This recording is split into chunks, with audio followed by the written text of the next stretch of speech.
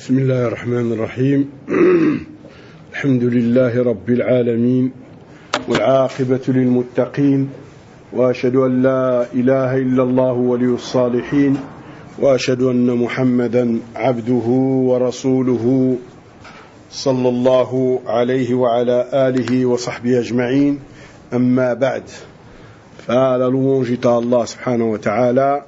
C'est notre deuxième assise incha'Allah autour de ce sujet, les clés du bonheur ou les causes du bonheur.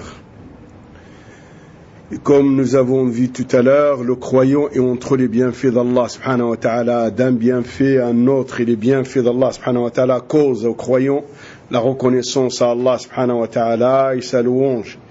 Et puis le croyant utilise les bienfaits d'Allah subhanahu wa ta'ala dans ce qu'Allah subhanahu wa ta'ala aime et agrée. Et sa reconnaissance cause le fait de préserver le bienfait et le fait de l'augmenter. Et en même temps, le croyant, s'il lui arrive de commettre des erreurs, donc il se repent à Allah subhanahu wa ta'ala et c'est bien pour lui. Et aussi, il subit des catastrophes et des malheurs et il endure, il patiente et c'est un bienfait pour lui aussi. Et nous avons vu que la reconnaissance a des piliers, a trois piliers. Le premier étant le fait de reconnaître avec son cœur le bienfait d'Allah subhanahu wa ta'ala. Le deuxième, c'est le fait de louer Allah subhanahu wa ta'ala pour ce bienfait et d'en être reconnaissant à Allah subhanahu wa ta'ala. Et le troisième, c'est d'utiliser ce bienfait dans l'obéissance à Allah azza wa jal. Qala azza wa jal, i'malu ala Daoud shukra. Et la traduction approximative du sens du verset, œuvrez aux familles de Daoud par gratitude, par reconnaissance à Allah azza wa jal. Donc ça, c'est la situation du croyant qui a le bonheur par le biais de sa foi. Quand il fait un péché, il se repent, et quand il est comblé d'un bienfait, il est reconnaissant, et avec sa reconnaissance, il ne cesse d'être comblé par les bienfaits d'Allah subhanahu wa ta'ala.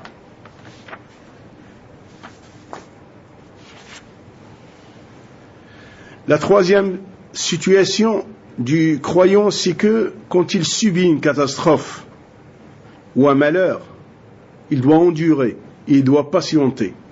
قال عز وجل ما أصاب من مصيبة فبإذن الله ومن يؤمن بالله يهدي قلبه. Quand une catastrophe arrive, comme il est dit dans le verset, ça c'est par l'ordre d'Allah subhanahu wa ta'ala. Et celui qui croit en Allah subhanahu wa ta'ala oriente son cœur vers le bien. Iqlima a dit concernant ce verset, c'est le croyant qui subit une catastrophe, il sait qu'il vient d'Allah, et il l'accepte, il se soumet à Allah subhanahu wa ta'ala. C'est pour ça que le croyant face à la catastrophe trouve le plaisir de la patience et de l'endurance. C'est-à-dire sa patience va lui procurer un certain bonheur et un certain apaisement parce qu'il sait, de par sa foi, que tout ce qui lui est arrivé, c'est min Allah azza wa jal. Regarde maintenant la panique dans laquelle se trouvent les non-croyants face à cette catastrophe qui atteint le monde entier. Et regarde l'apaisement des croyants face à cette catastrophe. Ils utilisent les moyens, et surtout les moyens religieux qu'ils utilisent, les du'a, pour pouvoir demander à Allah subhanahu wa ta'ala de les épargner de cette catastrophe et de ce malheur et de cette grande maladie qui a rendu le monde insomniaque. Et ils utilisent le du'a Allahumma inna na'udhu bika min jahdi al-bala wa daraki al-shaqa wa su'i al-qada wa shamatati al-a'da. Et ils remettent tout à Allah subhanahu wa ta'ala. Et c'est le seul qui peut délivrer de cette détresse et de cette catastrophe. Et donc le croyant sait que rien, il ne peut pas échapper du destin qu'Allah subhanahu wa ta'ala lui a privé. C'est pour ça que la patience prodigue un bienfait pour le croyant. Et il gagne avec ça la récompense des patients, dont l'immensité et dans la la grandeur n'est connue que d'Allah subhanahu wa ta'ala. Hein? Allah subhanahu wa ta'ala récompense les patients d'une façon sans limite, subhanahu wa ta'ala. Il leur a prévu des récompenses très fortes et très grandes.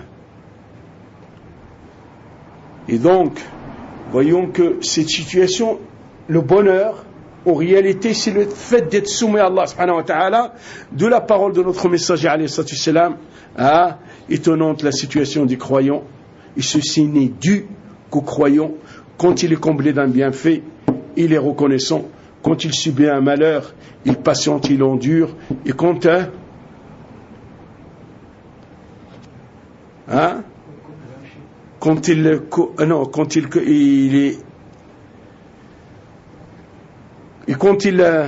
dans le hadith, quand il est comblé d'un bienfait, il est reconnaissant.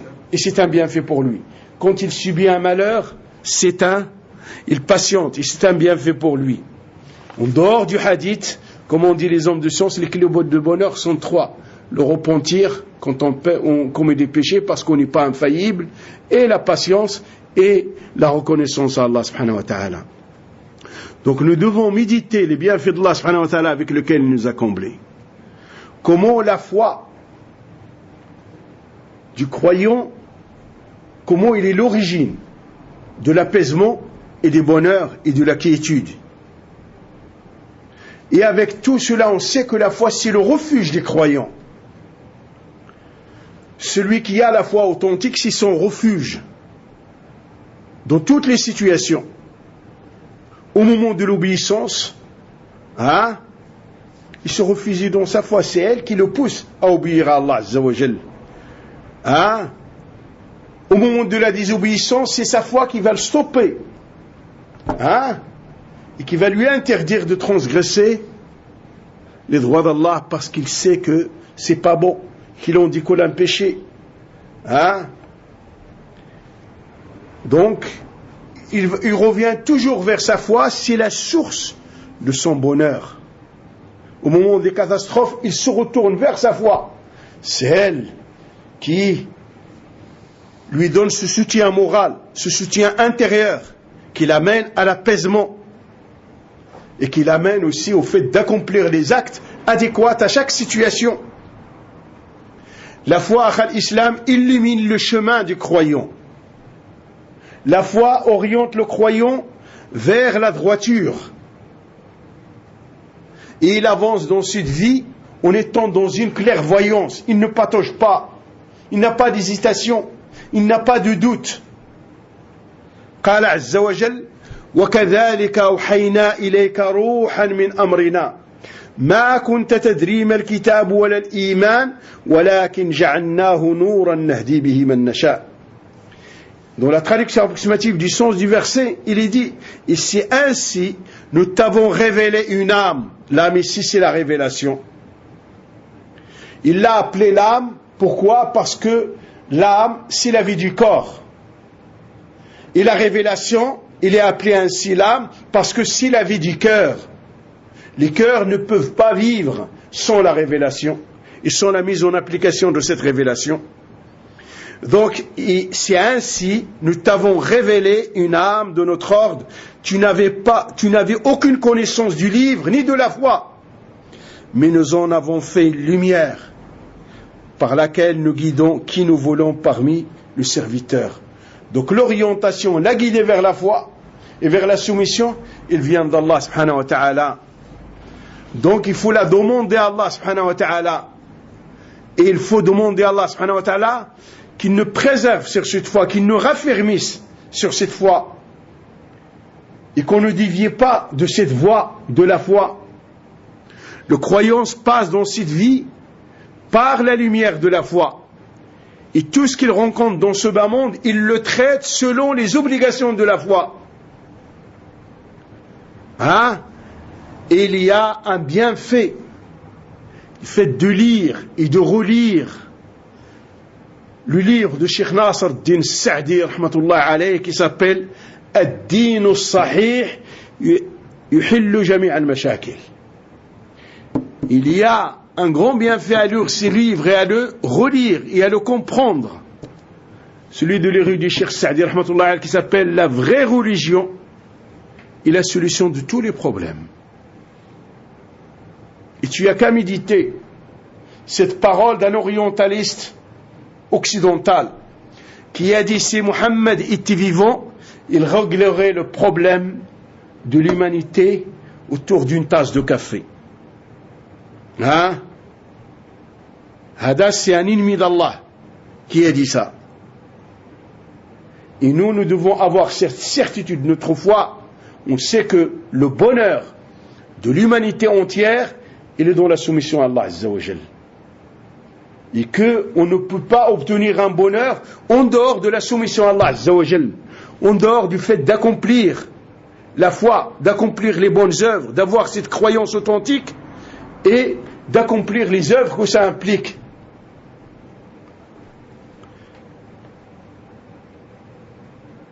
Donc, le croyant se réfugie en sa foi dans toutes les situations, n'importe laquelle. Le moment du malheur, le moment de la joie, le moment des catastrophes, hein, à tous les niveaux. Et il trouve dans sa foi le guide qui l'oriente vers les biens et vers toutes les vertus. Quand le croyant est comblé d'un bienfait, il n'est pas imbu de lui-même. Il ne s'enfle pas d'orgueil. Il ne se met pas et il ne se gonfle pas, il ne se vante pas. Il n'oublie pas ses défauts. Ses défauts, ses erreurs sont en contradiction avec la foi obligatoire. Et donc le croyant n'est pas imbu de ce qu'il fait, du bien qu'il fait. Et en même temps, il n'oublie pas ses défauts. Car sa foi l'oriente vers le fait d'être humble, d'être modeste devant Allah subhanahu wa ta'ala, de reconnaître son incapacité, sa faiblesse, de reconnaître que tous les bienfaits viennent d'Allah azza wa jal. Hein? Et que quand il est comblé d'un bienfait, il doit l'utiliser dans les voies qu'Allah subhanahu wa ta'ala aime et agrée.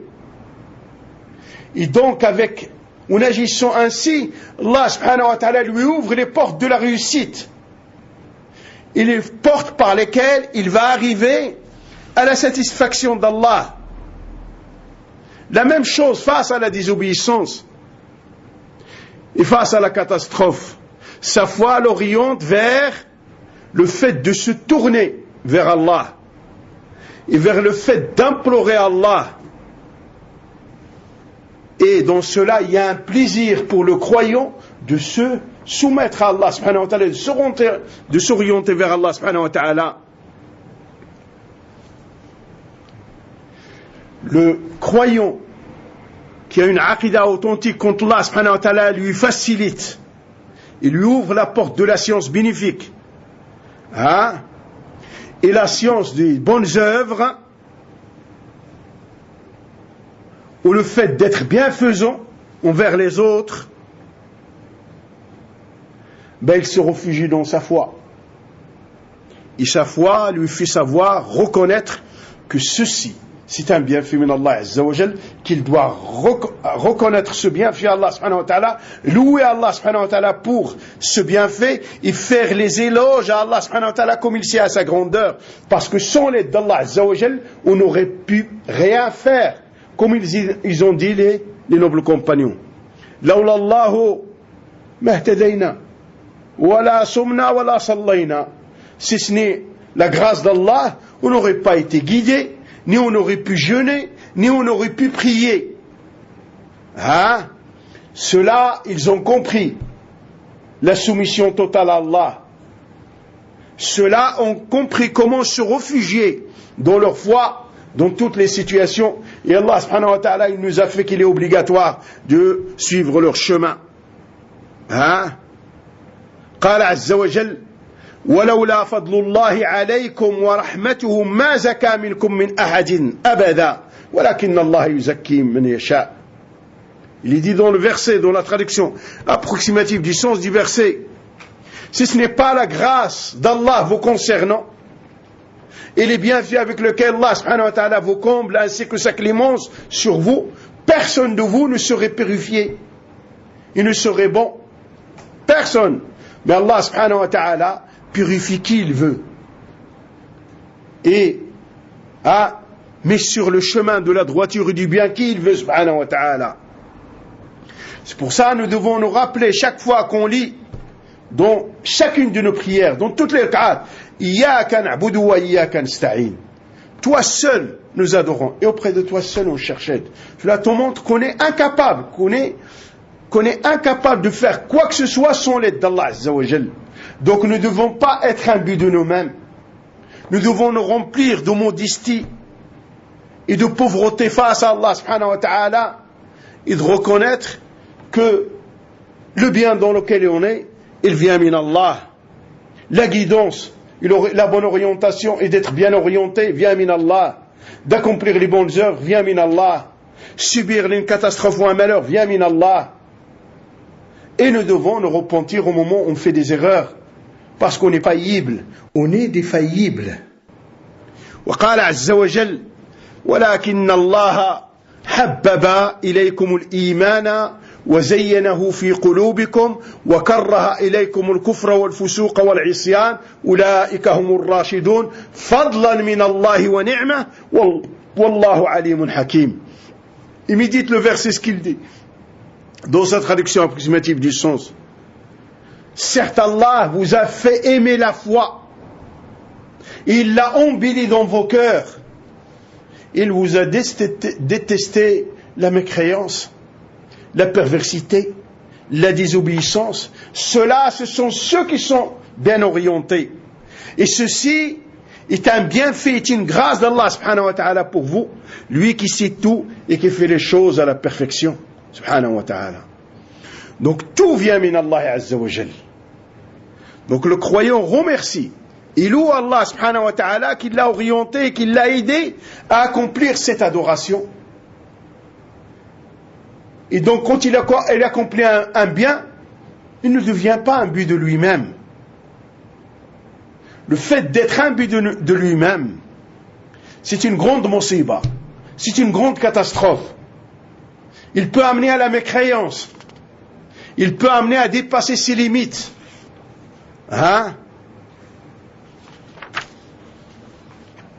Le fait d'être un but de soi, c'est la destruction de l'être humain. Ça l'amène à sa perte. Et c'est l'anéantissement de ses œuvres. Parce que, déjà, il ne remercie pas Allah subhanahu wa ta'ala. Parce qu'il se croit que c'est lui qui a accompli ce qu'il a accompli. Et tu vas voir l'histoire d'un homme de science contemporain qui est mort dans la mécréance. Il avait de la science, beaucoup de science.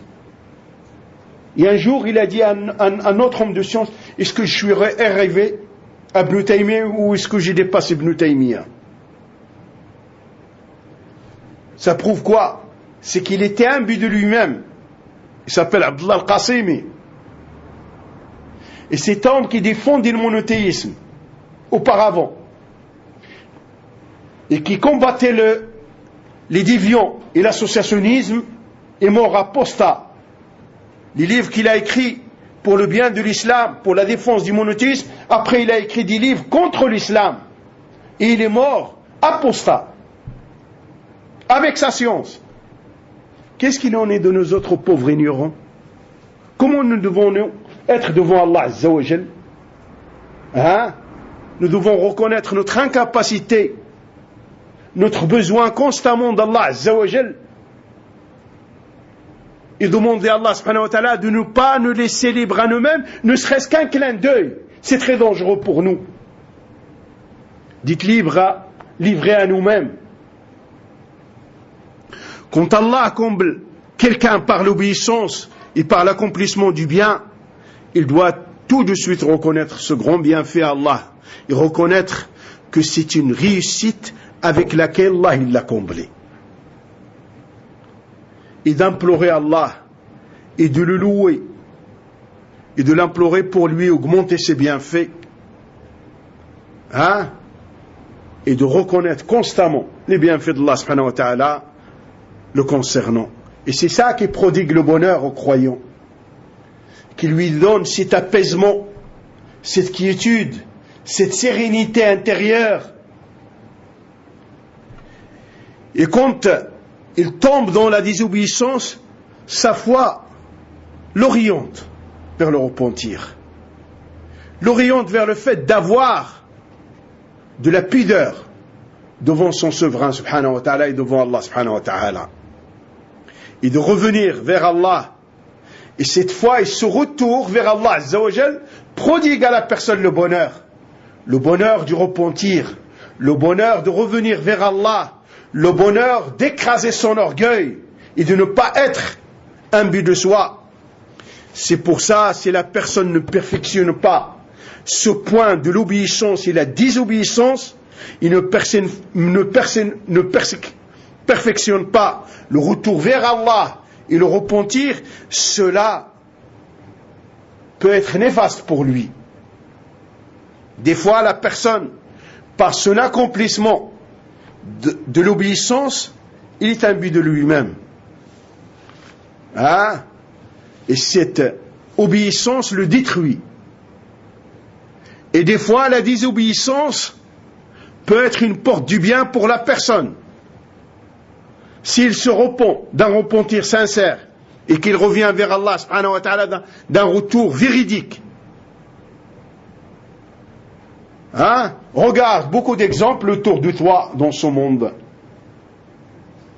On rapporte d'un de nos pieux prédécesseurs, radouallahu alayhim, qui a dit qu'un homme est rentré au paradis par une désobéissance et qu'un autre homme est rentré au paradis, à l'enfer, par une obéissance. Un est rentré par un péché, l'autre il est rentré par le biais d'un péché au paradis, et l'autre est rentré en enfer par le biais d'une hasana. Et on l'interrogea, comment ça peut arriver? Comment est-ce possible? Il a répondu, rahimahullah ta'ala, il a commis un péché, il a peur du châtiment d'Allah, ne l'a pas quitté depuis qu'il a commis ce péché. Et donc la peur a fait naître en lui quoi? Le repentir. Il a peur du châtiment d'Allah pour ce péché, ne l'a pas quitté. Et quand il a rencontré son souverain subhanahu wa ta'ala, il lui a pardonné par le biais de sa peur d'Allah. Et l'autre, il a dit, et l'autre a accompli une bonne œuvre, il n'a cessé d'être imbu de lui-même. Et de se vanter avec, et de la raconter. Et il a rencontré Allah, Allah l'a châtié, en le faisant rentrer en enfer. Être imbu de soi, c'est la perte de la personne. Quand la personne est imbue de lui-même, les autres ne valent rien devant lui. Ils spolient leurs droits. Ils transgressent les droits d'Allah les concernant. Ils ne s'acquittent pas des droits des gens, duquel il doit s'acquitter. Ils considèrent les gens comme un moins que rien, et que personne n'est mieux que lui. Et tu vas voir ceci, dans cette division qui a touché la communauté salafi. Une des choses principales, c'est certains se considèrent au-dessus de tout le monde. Qu'Allah subhanahu wa ta'ala nous en préserve. Ibn al-Qayyim rahimahullah dit une parole qu'il faut prendre en considération, qu'il faut méditer, qu'il faut avoir devant soi et qu'il faut tout le temps y penser à cette parole. Il dit rahmatullah alayh, le signe du bonheur, c'est que le soumis met ses hasanat derrière lui. C'est-à-dire, il fait les hasanat, il les oublie. Et que ses péchés soient toujours en face de lui, présents dans son esprit. Il dit, le signe du malheur de la personne, le signe du malheur du soumis à Allah azza wa jal, c'est qu'il met ses hasanat devant lui, il n'arrête pas de se vanter avec. Il les a toujours présentes dans son esprit et il ne cesse d'en parler. Et il oublie ses péchés. Ça, c'est le signe du malheur. C'est-à-dire, il oublie ses péchés, il ne se rappelle que ses hasanat. tu l'entends dire, c'est qui a fait ceci si ce n'est moi? Qui a pu avoir ceci si ce n'est moi? Il se vante. Il met ses hasanats devant ses yeux. Et ses nombreux péchés, ses nombreux défauts, il les oublie. Il ne s'en rappelle plus. Et ça, c'est la voie du malheureux. Quant à celui qui accomplit l'obéissance et qui l'oublie, il ne la rabâche pas tout le temps. Il ne se vante pas. Aujourd'hui j'ai jeûné, aujourd'hui j'ai fait la charité, aujourd'hui j'ai fait cela, aujourd'hui, etc. Il ne la cite pas. Il l'a fait par sincérité pour Allah. Il l'oublie, espérant la récompense min Allah subhanahu wa ta'ala. Mais il n'oublie pas ses péchés. Il se rappelle ses péchés. Il les regarde. Il les a toujours dans son esprit. Car le fait de penser à ses péchés prévoit à la personne la crainte d'Allah. Prévoit à la personne le repentir constamment. Et d'avoir peur du châtiment d'Allah et de ne pas retarder le repentir du mal qu'on a fait, parce qu'on ne sait pas quand est-ce que l'ange de la mort il va arriver pour prendre nos âmes. Contrairement au fait de comptabiliser les bonnes œuvres, cela emmène à être imbu de soi. Et cela amène au fait d'être insouciant des erreurs et des péchés qu'on a commis. Et ceci, c'est une cause de la perte. C'est une cause du malheur. C'est pour ça, le signe du bonheur, c'est d'avoir en face que soient ces péchés et d'avoir peur de leurs conséquences et de faire des efforts sur soi pour revenir vers Allah subhanahu wa ta'ala et s'en repentir et louer Allah azza wa jal pour les obéissances parce qu'on les accomplit par l'aide d'Allah. Sans l'aide d'Allah, on n'aurait pas pu. Et nous ne devons pas rester à rabâcher le bienfait qu'on a fait, à le comptabiliser et oublier nos péchés. Abadan. Donc le croyant obtient son bonheur avec sa foi. Car la foi est son refuge dans toutes les situations. Au moment du malheur, au moment de la catastrophe, au moment des péchés, dans l'obéissance, dans la désobéissance, la foi c'est son refuge. C'est son refuge dans ce qu'il aime et dans ce qu'il déteste, dans toutes les situations.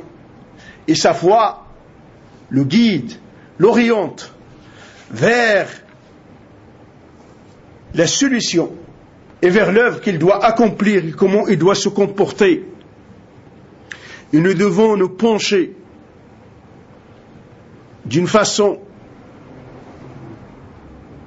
pour prendre les leçons sur un petit livre qui est petit dans la taille mais qui est grand dans les bienfaits qu'il prodigue si on le comprend. C'est un livre aussi de l'érudit Cheikh Abdelrahman Saadi. Il s'appelle Tawdih wal Bayan li Shajarat al-Iman, l'éclaircissement de l'arbre de la foi. Contient beaucoup de leçons bénéfiques à tous les niveaux au niveau de la foi. Dans ce livre, rahimahullah, il a réservé, après avoir montré ce que c'est que la foi et bien défini la foi, qu'est-ce qui augmente la foi, etc. Et qu'est-ce qui la diminue.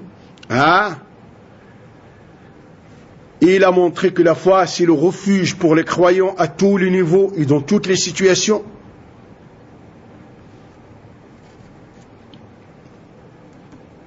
Et que la foi, c'est elle qui prodigue à la personne le bonheur dans ce bas monde, comme il est dit dans le verset, Innal abrara la fi na'im. Ceux, les pieux, la traduction approximative du sens du verset, les pieux qui font le bien sont dans les délices. Comme disent les savants, rahmatullah alayhim, ils sont dans les bienfaits, dans les trois demeures, dans les délices, dans les trois demeures, dans les bienfaits, dans les trois demeures, dans ce bas monde, dans le barzakh, le monde intermédiaire entre ce bas monde et le delà, et dans le delà aussi, et dans le delà aussi. وَإِنَّ الْفُجَّارَ لَفِي جَحِيمٍ. Et dans le sens contraire, les libertins, les pervers sont dans la fournaise. Hein? Les hommes de science disent dans la fournaise, dans ce bas monde, dans le monde intermédiaire entre le bas monde et le delà, et dans le delà aussi. Hein?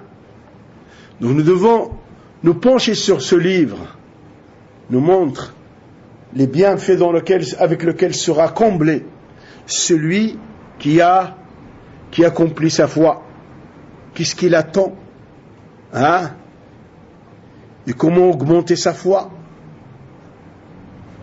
Et c'est un livre qui est à la portée de tout un chacun. Avec un minimum d'arabe, on peut comprendre, parce que c'est un style qui est facile et qui est agréable. La source du bonheur à l'islam et sa base sur laquelle il est fondu, c'est la foi, l'iman.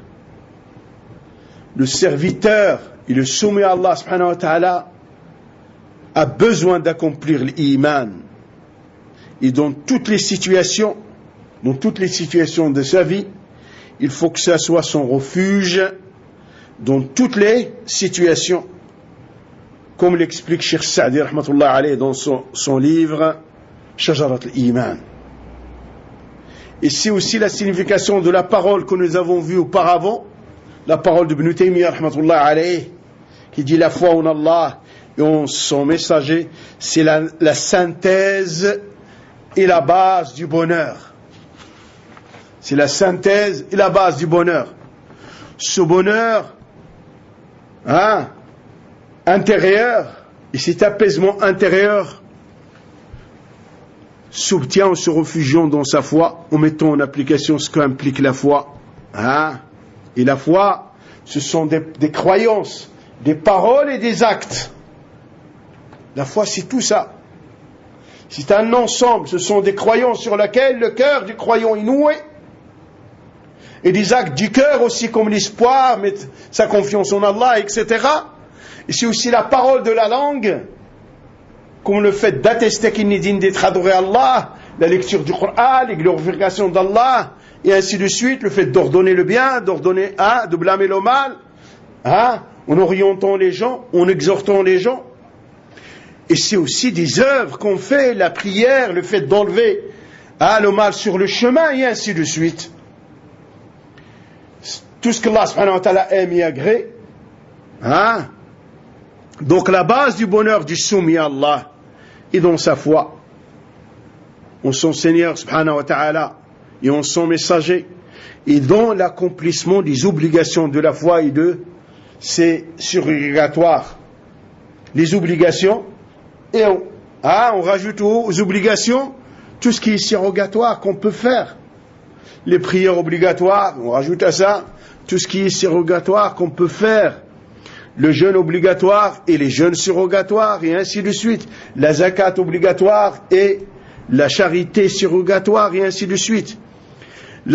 Et la foi aussi, un point essentiel dans la foi, dans l'iman, la foi appelle à avoir de bons rapports avec les autres. Beaucoup d'angoisse, de tristesse, de colère, de perturbation vient des mauvais rapports avec les autres. Les mauvais rapports qu'on a avec ses parents, avec sa femme, avec ses enfants, avec l'entourage, avec les collègues de travail, avec les gens de la société dans lequel on évolue, et ainsi de suite. Quand les rapports du soumis avec les autres s'accomplissent à la lumière des obligations de la foi et de ses orientations, le soumis aura le bonheur et sera apaisé dans sa façon d'agir avec les autres. Mais si ces rapports avec les autres s'accomplissent selon ses passions, selon ses envies, selon ses pensées stériles, ceci sera néfaste pour lui et pour les autres. Ceci le rendra malheureux et rendra les autres aussi malheureux. C'est pour ça, pour avoir la vie des heureux, ça passe aussi par les bons rapports avec les autres, selon ce que implique la foi. Et qu'on se pose la question,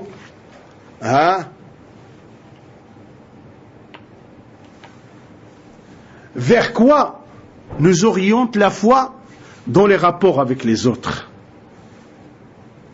C'est quoi qui est obligatoire de par notre foi dans nos rapports avec les autres? On regarde vers quoi nous oriente cette législation musulmane au niveau des rapports à avoir avec les autres. Car les comportements islamiques, les comportements qu'impose cette législation, et qu'Allah subhanahu wa ta'ala fait obligatoire dans son livre et dans la sunna de son messager alayhi salatu wassalam, et vers lequel a appelé et ceux qu'a accompli le messager alayhi salatu wassalam, et vers lequel il a appelé la communauté, c'est quelque chose d'important dans l'acquisition du bonheur, essentiel dans l'acquisition du bonheur.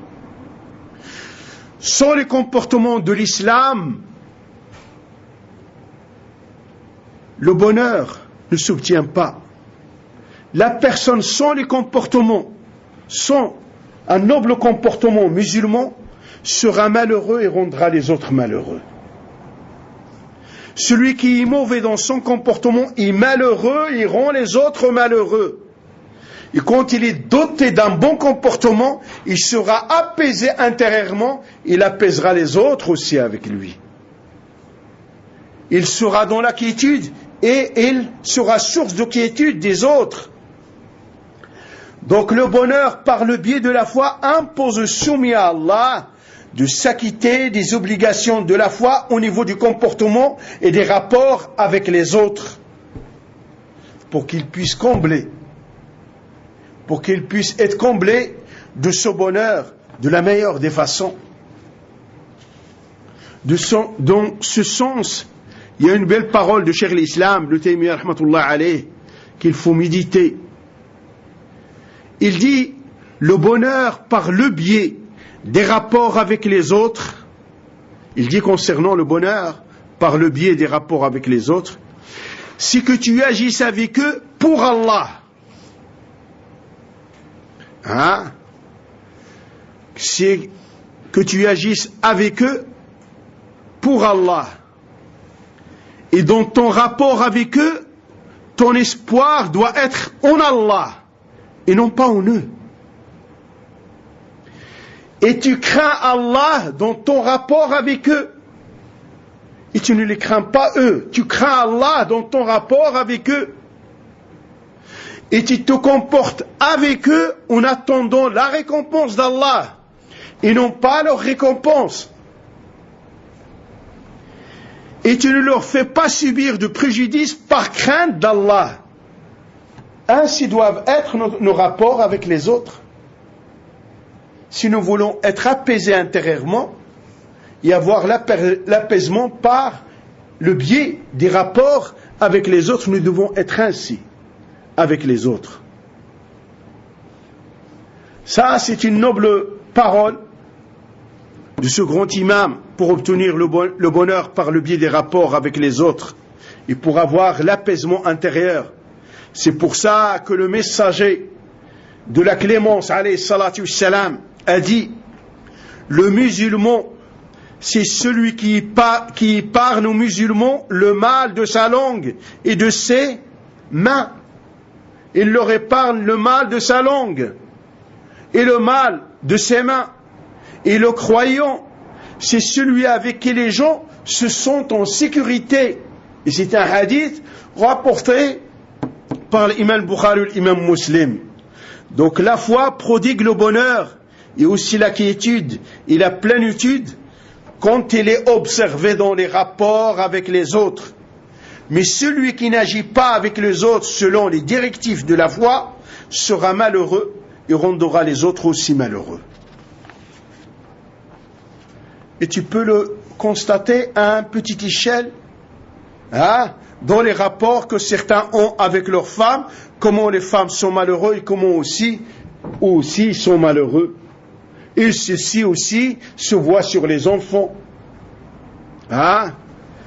Et il est dit dans le verset, قال عز وجل إنما نطعمكم لوجه الله لا نريد منكم جزاء ولا شكورا. Dans le verset il est clair, certes, dans la traduction approximative il est dit ceci, certes nous vous nourrissons pour Allah et on ne veut pas de récompense de votre part ni de remerciement, on le fait pour Allah. Donc tout ce que tu fais pour les gens, pour ta communauté, fais-le pour Allah. Comme ça, tu vas être apaisé, ils le seront aussi avec toi. Donc celui dont les rapports avec les gens sont basés sur des intérêts et non pas pour Allah, il ne sera pas apaisé. Car les gens sont différents au niveau social, au niveau de leur tempérament, au niveau de leur passion, au niveau de leur façon de penser et au niveau de leur foi. Il y a parmi eux ceux avec qui tu te comportes bien et avec qui tu es bon.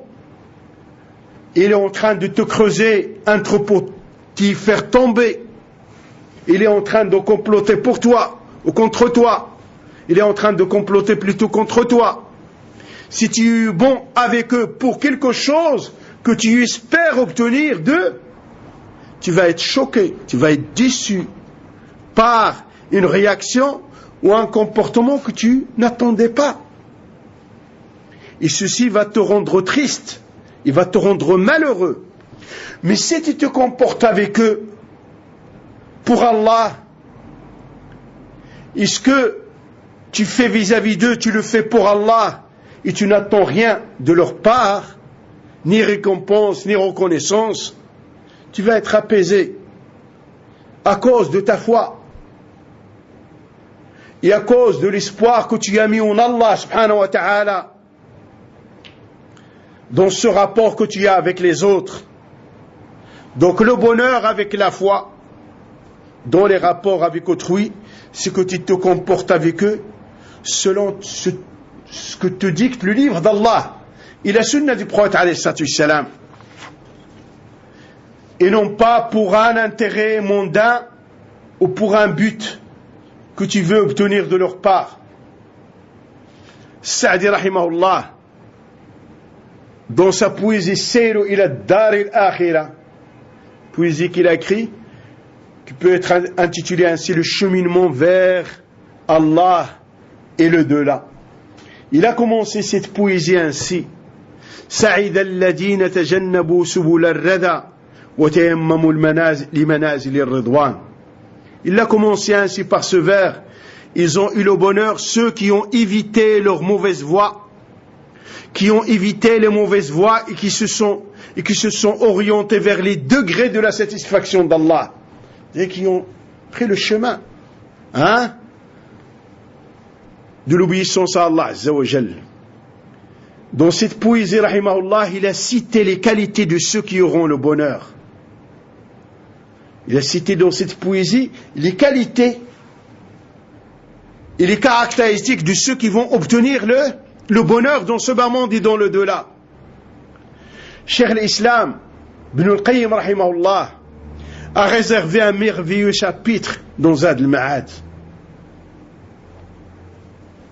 Ce chapitre, il l'a réservé pour les causes de l'épanouissement des cœurs. Les causes de l'épanouissement des cœurs. Et l'épanouissement du cœur, c'est le bonheur, c'est la plénitude, c'est la quiétude, c'est l'apaisement. Et parmi ces causes, le monothéisme. Une des causes principales du bonheur et de l'apaisement, c'est d'accomplir la religion sincèrement pour Allah. Plus l'accomplissement de la religion est accompli, plus la religion est accomplie sincèrement pour Allah, plus l'apaisement est grand.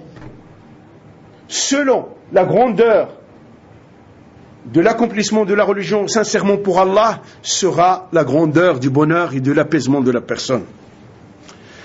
Parmi les causes aussi, la science bénéfique. قال Allah, قال رسوله, قال الصحب الكرام. Allah a dit, le Rasul sallallahu alayhi wa sallam a dit, les nobles compagnons ont dit. Ceci aussi épanouit les cœurs, et apaise les esprits, et prodigue le bonheur. Et tu as médité les livres des hommes de science, comment ils les ont appelés certains livres. Rawd al-Unuf, Bustan al-Arifin, Riyad al-Salihin, Riyad al-Jannah. Ils ont donné des termes qui ont rapport avec la végétation. Quand tu te retrouves dans de la verdure dans un parc, comment tu te sens? À l'aise, apaisé. Certains livres des hommes de science leur ont donné des titres qui attirent et qui signifient l'apaisement. Cela veut dire que pour les hommes de science, la science est un apaisement, est un moyen pour être apaisé. Et tu as à voir ceci dans la parole de Cheikh Muqbil rahimahullah. Il dit, on est triste, on est fatigué. Il dit, dès qu'on s'assoit, on entend haddatana wa akhbarana, nous ceci, notre fatigue disparaît. Nous ceci et notre fatigue disparaît. Haddatana wa akhbarana, ça veut dire ce qui est cité dans les chaînes de transmission du hadith avant que le hadith soit cité. Et donc, les assises sont Riyad al-Jannah. Le Rasul sallallahu alayhi wa sallam les a appelés Riyad al-Jannah. Des jardins, des parcelles de jardins qui viennent du paradis. Donc c'est un lieu d'apaisement. Ces assises où tu entends Allah a dire, Rasul sallallahu alayhi wa sallam a dit, wa alaykum salam wa rahmatullah, selon la voix et la compréhension des pieux prédécesseurs d'Allah alayhim. D'où l'énorme erreur quand on vit dans ce genre de pays où il n'y a pas de savon et qu'Allah des fois nous comble par un étudiant ou par la venue d'un cheikh de l'Orient ou d'autres, d'un cheikh ou d'un étudiant qui enseigne selon la voie des nobles compagnons d'Allah alayhim,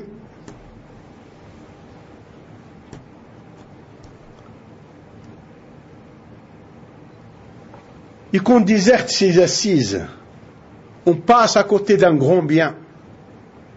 On les déserte pour un match de football, ou là pour palabrer autour d'un tacos, ou là sur des futilités, ou à zioter n'importe quoi dans les rues, et ainsi de suite. Et on oublie que Rasul sallallahu alayhi wa sallam appelait ces assises Riyadul Jannah. Et donc, et parmi les causes qu'il a citées aussi, c'est le fait de se repentir et de revenir vers Allah. Et d'aimer revenir vers Allah Azza wa Jal. Et orienter son cœur vers Allah subhanahu wa ta'ala. Et aller chercher le plaisir dans l'adoration d'Allah. Car l'adoration d'Allah et la soumission à Allah subhanahu wa ta'ala apaise les cœurs et prodigue le bonheur. Parmi les choses qu'il a citées aussi, c'est le fait d'invoquer Allah Azza wa Jal constamment, en tout lieu et en toutes circonstances. L'invocation d'Allah Azza wa Jal a un effet particulier sur l'épanouissement des cœurs. Le fait d'invoquer Allah et de comprendre les termes avec lesquels on invoque Allah Azza wa Jal. De comprendre ce qu'on dit. Ceci a un impact particulier sur les cœurs. Il prodigue un bonheur particulier au cœur. Et l'insouciance fait le contraire. Le fait d'être insouciant de l'invocation d'Allah Azza wa Jal et de ne pas invoquer Allah Azza wa Jal, ceci est très dangereux pour les cœurs. C'est pour ça que Rasul sallallahu alayhi wa sallam nous a instauré des invocations à des moments bien précis, pour dormir, pour manger, pour avoir les rapports avec sa femme légitime, pour sortir de la maison, pour rentrer aux toilettes, etc. Les invocations du matin, les invocations du soir, les invocations après la prière et ainsi de suite. Hein? Aussi parmi les causes qui donnent l'épanouissement et le bonheur à la personne, la bienfaisance envers les créatures. Hein? On les aidant selon les capacités, que ce soit par l'argent. Ah, tu as un poste, tu peux les aider par quelque chose, tu l'aides par une bonne parole, par un sourire, par le fait d'aller l'aider dans une tâche ou autre, ou par le dua, en lui faisant des duas. Tout ceci est une cause du bonheur pour toi et pour lui. Aussi la bravure dans la vérité. La bravure, c'est le contraire de la lâcheté. Et la bravure dans la vérité et pour la vérité épanouit les cœurs et les apaise. Quant à la lâcheté, il rend la situation sombre et difficile.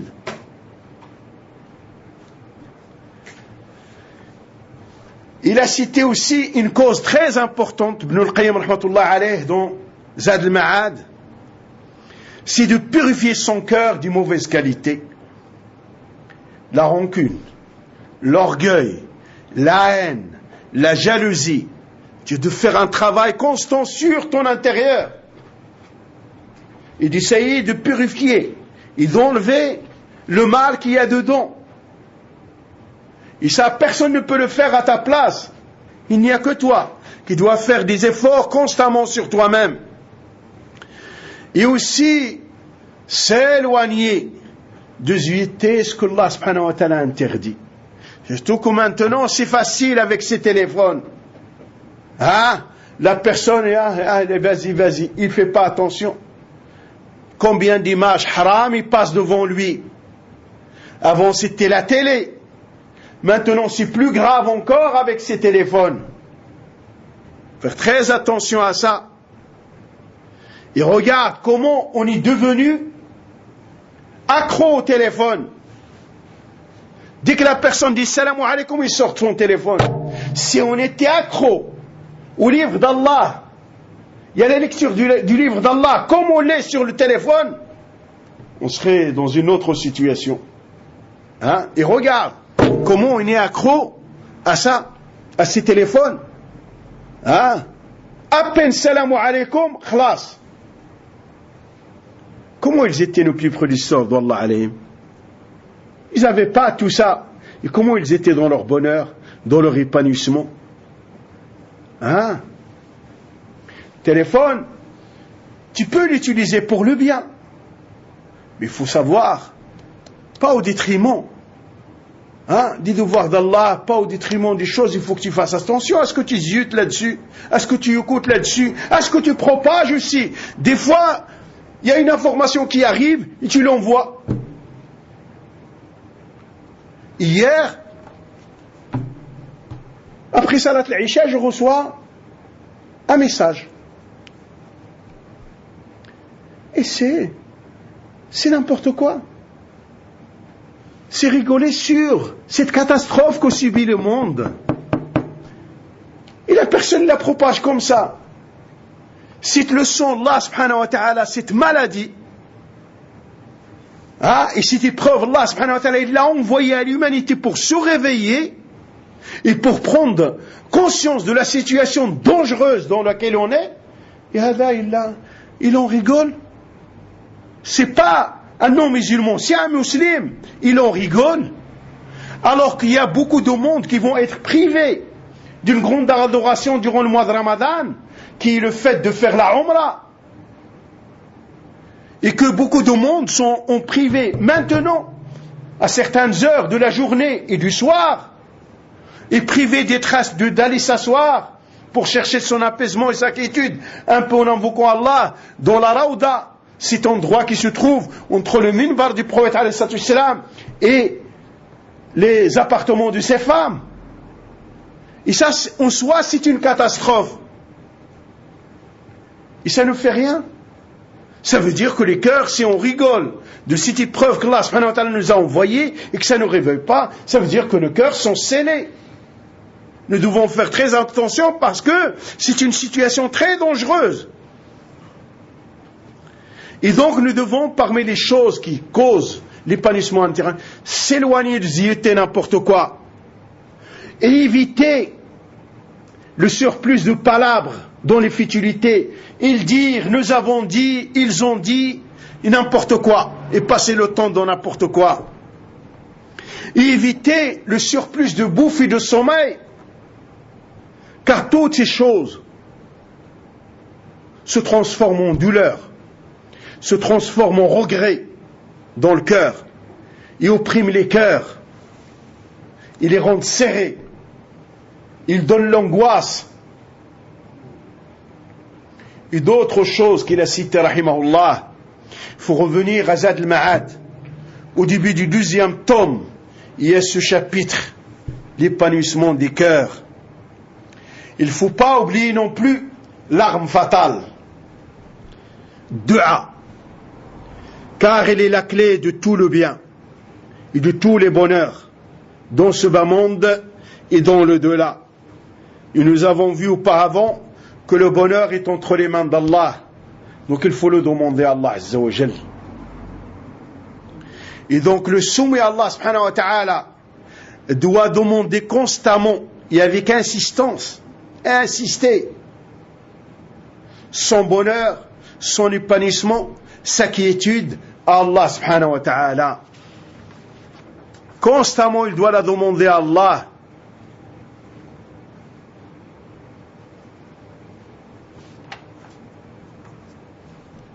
C'est vers Allah que nous devons nous tourner pour avoir l'apaisement de notre intérieur. Et nous devons accomplir les causes et les moyens qui vont nous prévaloir cet épanouissement et cette joie intérieure et ce bonheur. Et c'est Allah subhanahu wa ta'ala vers lequel nous devons nous tourner pour nous dissiper nos angoisses, nos malaises intérieurs. Et méditons cet enseignement du prophète alayhi salatu wassalam dans le dua du soucieux et de celui qui est en détresse et qui est accaparé par ses soucis. قال عليه الصلاة والسلام اللهم إني عبدك وابن عبدك ابن أمتك اللهم إني عبدك ابن عبدك ابن أمتك ناصيتي بيدك ماض في حكمك عدل في قضاؤك سألك اللهم بكل اسم هو لك سميت به نفسك أو أنزلته في كتابك أو استأتت به في علم الغيب عندك أو علمته أحدا من خلقك أن تجعل القرآن الكريم ربيع قلبي ونور صدري وجلاء حزني وذهاب همي. رسول صلى الله عليه وسلم قال إلا أذهب الله همه وحزنه وأبدله مكانه فرحا وفي رواية وأبدله مكان حزنه فرحا. Donc le serviteur accomplit ce dua, il sait ce qu'il dit, il comprend ce qu'il dit. Allah subhanahu wa ta'ala, il lui dissipe ses soucis, ses angoisses, il les change en bonheur et en joie. Que nous dit le hadith et ce dua? Oh Allah, nous devons le faire tout maintenant dans cette catastrophe que nous subions, nous devons faire souvent ce dua pour que Allah subhanahu wa ta'ala dissipe ce malheur que nous subissons. Oh Allah, je suis ton serviteur, fils de ton serviteur et de ta servante. Mon toupie est dans ta main, ton jugement s'exécute sur moi. Ta prédestinée m'est juste. Je t'implore par chaque nom qui t'appartient et que tu t'es donné à toi-même ou que tu as révélé dans ton livre ou que tu as gardé dans l'invisible ou que tu as enseigné à l'un de tes serviteurs ou à l'une de tes créatures ou ceux que tu as préservés dans ta science invisible, de faire que le Coran soit le printemps de mon cœur et la lumière de ma poitrine et la dissipation de ma tristesse et la disparition de mes soucis. Rasul sallallahu alayhi wa sallam a dit, celui qui fait ce dua, Allah subhanahu wa ta'ala lui change ses angoisses, sa tristesse en joie, il lui donne l'apaisement. Hein? Quand on médite ce hadith, on y trouve de grandes preuves pour se débarrasser des soucis et des angoisses. Hein?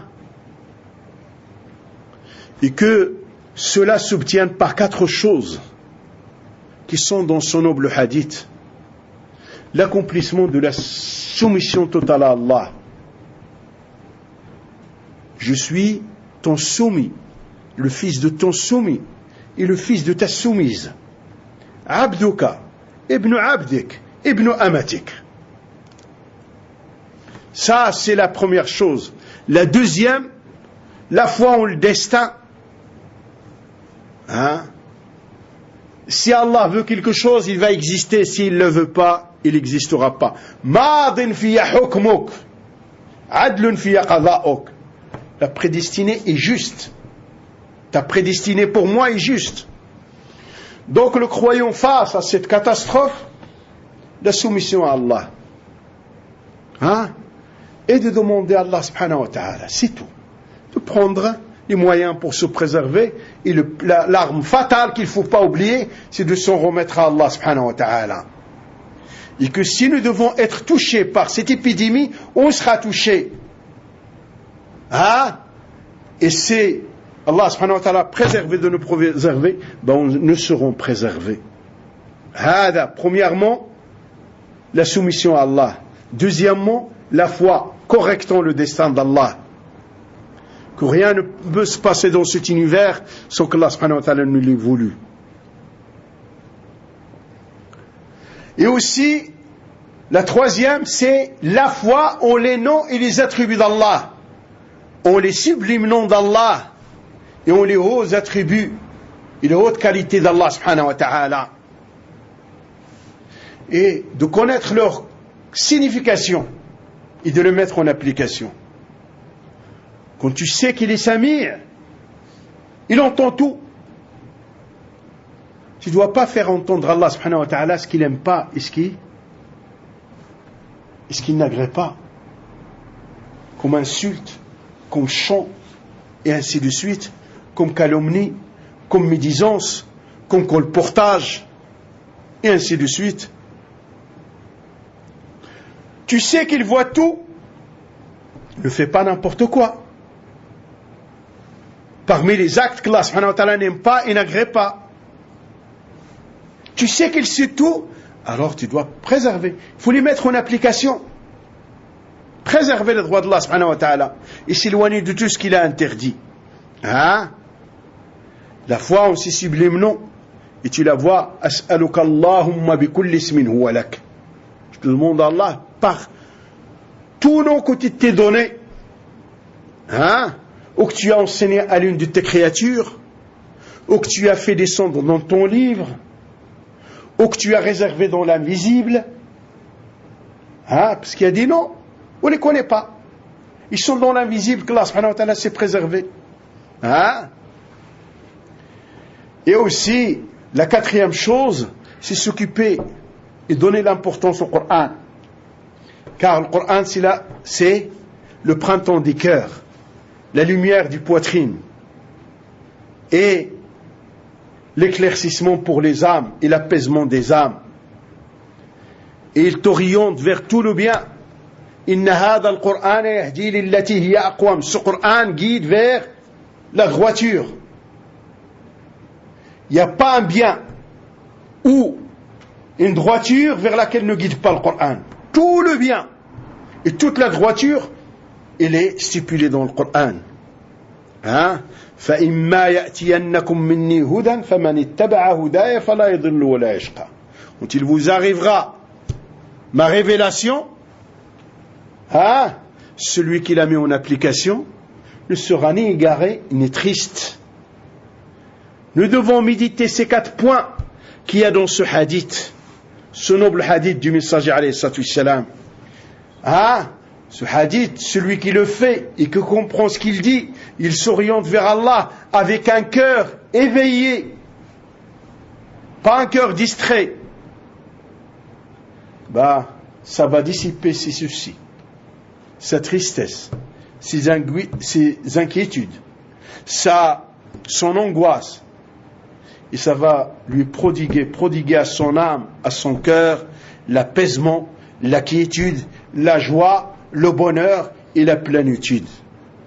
فأسأل الله العظيم رب العرش العظيم بأسماء الحسنى وصفاته العلى أن يرزقنا وإياكم